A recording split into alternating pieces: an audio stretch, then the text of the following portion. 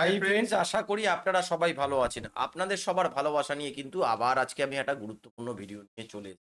সম্প্রতি বাংলাদেশে যেসব ঘটনা ঘটেছে বা সেই সম্বন্ধীয় যেসব ভিডিও আমি আপনাদের কাছে কিছু সব ভিডিও তো দেওয়া সম্ভব হয়নি। যে ভিডিওগুলো খুব মনে করেছি দরকারি ভিডিও, সেই ভিডিওগুলো আপনাদের সামনে তুলে ধরার চেষ্টা করছি।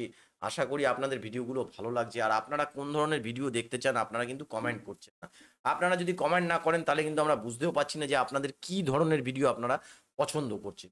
তো আজকের যে ভিডিও, সেই ভিডিওর বিষয়ে আমার বন্ধু বলবে আমি কি ভিডিও নিয়ে এসেছি আজকে আপনাদের জন্য। এটা হচ্ছে কি, আমি টাইটেলটা বলে দিচ্ছি। আজকের ভিডিওর যে টাইটেল সেটা হচ্ছে, বাংলাদেশে আবার পরবর্তীকালে কবে নির্বাচন হবে, কে বলছেন? ডক্টর ইউনূস। এ বিষয় নিয়ে আজকের ভিডিও। তো বাংলাদেশ সম্পর্কে এখনো বাংলাদেশে আপনাদের কি পরিস্থিতি আমরা সব সময় তো দেখতে পাচ্ছি না, কিন্তু কিছু খবর নিউজ আসছে যেগুলো বাংলাদেশে কিন্তু এখনো অশান্ত। বাংলাদেশ কিন্তু আগের জায়গায় এখনো ফিরতে পারেনি।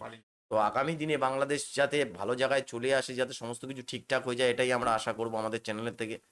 তো আপনি যদি কিছু বলার হয় বলতে পারেন। আপনারা প্রত্যেকেই জানেন যে বাংলাদেশে সম্প্রতি বাংলাদেশের যে অন্তর্বর্তীকালীন যে সরকার গঠন হয়েছে, ডক্টর ইউনূস উনি ফিরে এসেছেন বাংলাদেশে।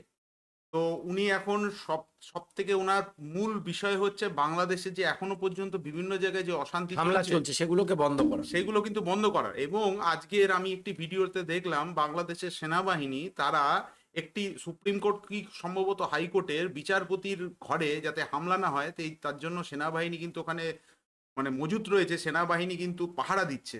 এখনো পর্যন্ত বাংলাদেশের পরিস্থিতি কিন্তু স্থিতিশীল হয়নি। তো সেক্ষেত্রে আমরা অন্তত চাইবো বাংলাদেশের যে স্থিতিশীল অবস্থা ফিরে আসুক, এবং যিনি অন্তর্বর্তীকালীন সরকারের যিনি প্রধান হয়েছেন তিনি কিন্তু তার উদ্যোগটা বেশি করে নেওয়া উচিত, যাতে নিপীড়িত যারা হিন্দু বা সংখ্যালঘু সম্প্রদায় তারা যাতে এই যে নিপীড়ন থেকে তারা রক্ষা পায়, সেটাই। আর ডক্টর ইউনূস যেটা বারবার বলছেন, দেশে শান্তি ফেরানো তার একমাত্র লক্ষ্য। আর কিন্তু তুমি অন্য এইসব জিনিস কিন্তু বরদাস্ত করবে না, যাতে দেশ আবার আগের জায়গায় ফিরে আসে, সেই চেষ্টাই করছে। তো চলুন বন্ধুরা ভিডিওটা দেখে নিই কি বলছে। ভিডিওর অরিজিনাল লিঙ্ক কিন্তু আমাদের ডিসক্রিপশন বক্সে দেওয়া থাকবে, চাইলে আপনারা সেখান থেকে চেক আউট করে নিতে পারেন। তো চলুন ভিডিওটা দেখে নেব। এইটা তো কেউ বলে নেই, আলাপ হলে তখন দেখা যাবে কতদিনে বলে ভালো হবে, যেটা আপনারা বলেন। এটা তুমি কারণ তো এমন না যে এটা এক্ষুনি করে দেবো, বলতে করে দেবো। যেটা আমি সবসময় বলে আসছি, আবারও বলবো, এই জাতির সম্ভাবনা অসীম। এই জাতির যে তরুণ সম্প্রদায়, তার যে সৃজনশীলতা,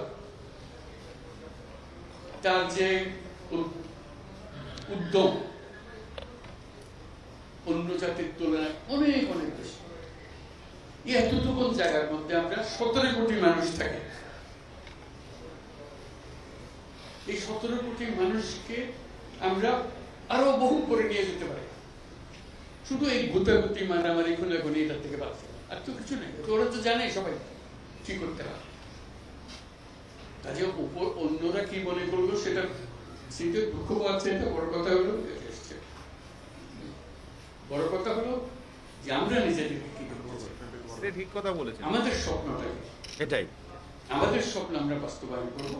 এবং আমাদের স্বপ্ন বাস্তব, আমাদের যে স্বপ্ন, আমাদের যে ক্ষমতা, এটা যদি আমরা করি, পৃথিবীর মানুষ এমনি ভাবা,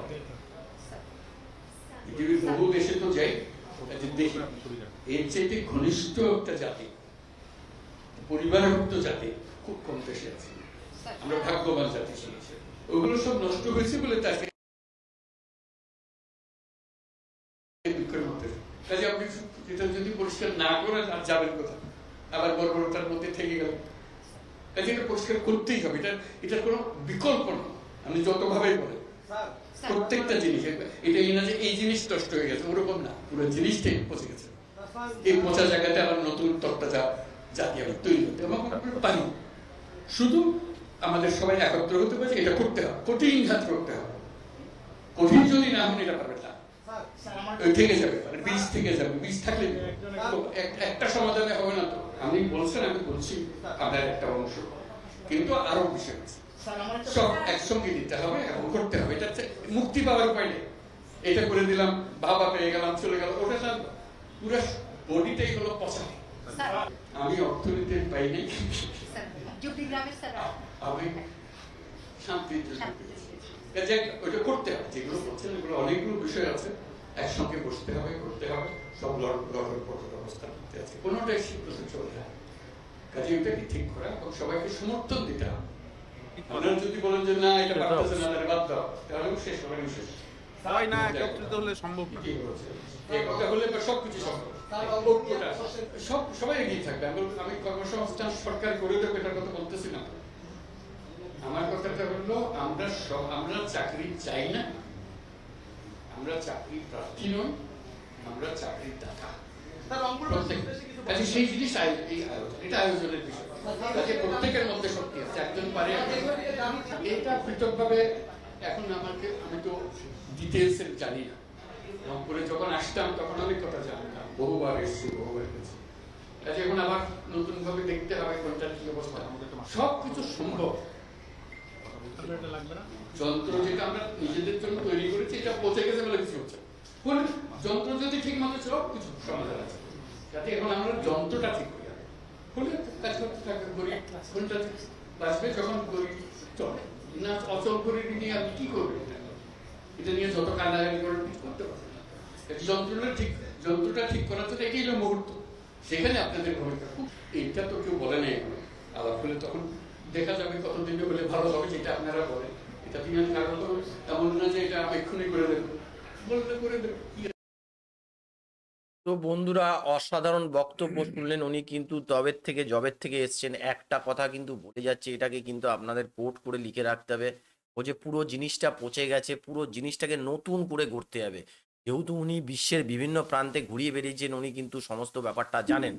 তা আমার মনে হয় ওনার যে বক্তব্য, উনি কিন্তু চাইছেন একটা শান্তিপূর্ণ বাংলাদেশ আবার গড়ে উঠুক, সুষ্ঠুময় আবার একটা পরিকাঠামো গড়ে উঠুক। আর এতে কিন্তু ছাত্রদের সাহায্য ওনার লাগবেই। তাই ছাত্রদের কাছে আমাদের অনুরোধ, আপনারা যদি আবার সেই নতুন বাংলাদেশ পেতে চান, তাহলে ওনাকে সাহায্য করুন, আবার বাংলাদেশকে শান্তিপ্রিয় এবং শান্তির দেশে মানে পরিণত করুন। ভিডিও যদি ভালো লেগে থাকে বন্ধুরা, অবশ্যই লাইক সাবস্ক্রাইব করতে ভুলবেন না। তো আজকের ভিডিও ছিল এই বিষয়, আবার কাল দেখা হবে কিন্তু একটা নতুন ভিডিও নিয়ে।